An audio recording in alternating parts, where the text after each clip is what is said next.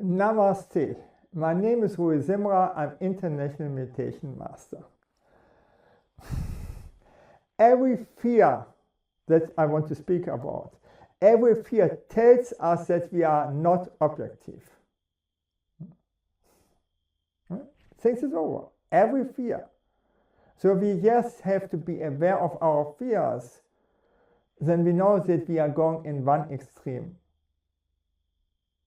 Everything has two poles and both have the same size. And we must always see both sides. When we want something positive, we imagine it as positive, we have an infatuation. We create positive fantasies in our consciousness and push everything that contradicts our fantasy into our subconsciousness. Everybody does so, no?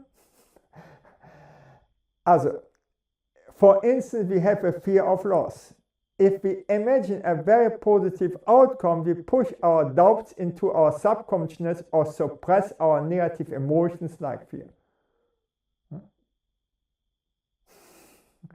When we laugh, we push our jealousy, hate, fear of loss and anger into our subconsciousness, otherwise we could not idealize and love our darling.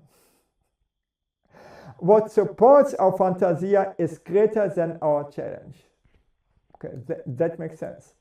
When we fear something, we create nightmares and resentments in our consciousness. We create a negative outcome in our consciousness and have pushed all the doubts about a positive outcome into our subconsciousness. If we resent somebody, we are anxious about a positive outcome again. Think this over. If we resent somebody, everybody does so, okay? We are anxious about a positive outcome again. So we want to resent the guy. So we need the reason. And if the guy is friendly and helpful to us, but then we are wrong. In this case, the challenge is greater than our support instead of us. So we have two different fears, the fear of loss and the fear of gain, by avoiding the situation. So the fear of gain is so we want to avoid the situation. From our animal mind, we have a desire for food and prey and a desire to avoid a predator that can harm us.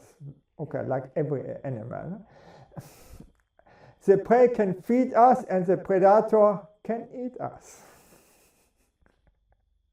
So I'm a vegetarian, okay. The first is not true for me.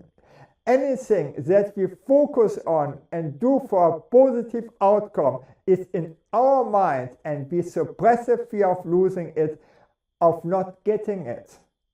Anything that we focus on and do for a positive outcome is in our mind, and we suppress the fear of losing it, of not getting it. Otherwise, we would not go forward. Anything that challenges us in life is interpreted as a predator, and we suppress the emotions that contradict a positive outcome. So we try to avoid pain or seek pleasure. You can't separate the two poles of positive fantasias and phobia. Everything has two sides, and both have the same sides. And we must always see both sides. And this is one of my strongest arguments against positive thinking. We see always both sides. And if we have a positive fantasy and positive, then we look also on the other side. Otherwise, we get shipwrecked. And the positive thinker have the highest suicides in the world. And what is the country with the highest suicide? Australia. What is the highest rate of positive thinker? Australia. Can I prove it more? Because they don't want to see both sides. If we don't together with the spouse has both sides, a good side for us and a negative side. And we see both sides, and if we want to laugh, we have to accept both sides. Otherwise we cannot laugh.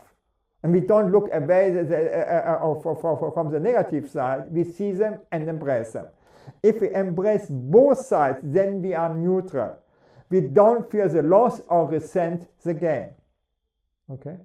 And only then do we gain objectivity and have peace of mind. This also means that our support is equal to our challenge. So if you have big fears and you see that, then look, you are not objective. Look what supports it and look why the fear is nonsense. If we integrate both poles and dissolve the positive fantasy and phobia, if we integrate both poles, dissolve the positive fantasy and phobia, we enter the state of unconditional love. Love unites both poles. You cannot love a person when you when you don't want to see the negative sides of the other person. The negative habits. Our fear tells us that we have a polarized perspective and that we need to unite or neutralize. Our highest ambition should be love or neutrality. If we face fear or phobia, we ask questions about the upside until we become neutral. The same is true if we have a positive fantasy. We ask questions about the downside until we become neutral. I will tell you, nothing matters. Because after 5 years, was it really so important, this conflict? What your spouse did? Oh, she sold your computer. Fine, then you don't have to sit all the night on the computer. She did good, well with this computer. Okay. Buddha interprets both poles as suffering.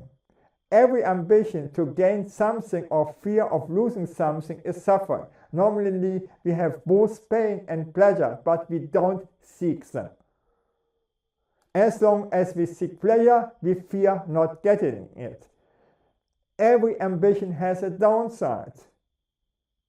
So more we look for the positive side, the more the brain shows us the negative aspects. Your phobia is your friend because it shows you the downside and because you are not being objective about the illusion of your fantasies.